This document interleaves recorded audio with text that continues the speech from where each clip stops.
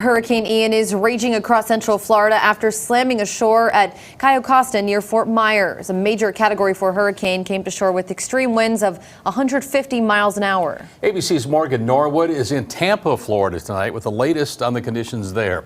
It's our top story tonight at 10. Hurricane Ian weakening slightly, but still lashing the state of Florida with its heavy wind and rain. Millions still under watches and warnings.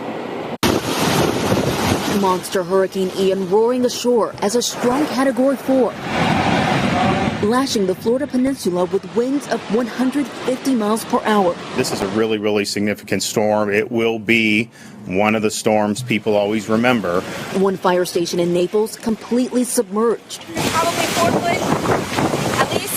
ABC's Rob Marciano on the ground in St. Petersburg. We've got a reverse serve where the bottom of the bay is exposed in places that probably have never seen the light of day, and at the same time, these huge swells on a normally calm bay. Families trapped by the storm surge. Then you're on the second floor already? Yeah, we're 6 of us in here. The fire department unable to reach them due to the conditions, offering this advice. They need to get as high as they can from the water and try to ride out the storm. That's the best advice I have. FEMA standing by ready to respond as soon as it's safe. We've pre-positioned quite a bit of equipment so we can respond immediately. Once we know what the impacts are and what the additional needs are, we're just going to continue moving that equipment in.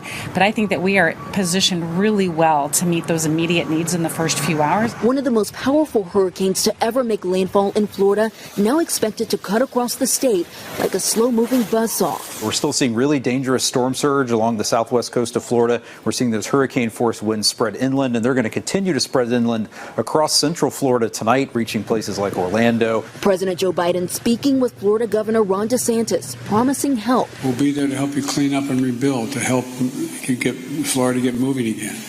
And we'll be there at every step of the way. That's my absolute commitment to the people of the state of Florida.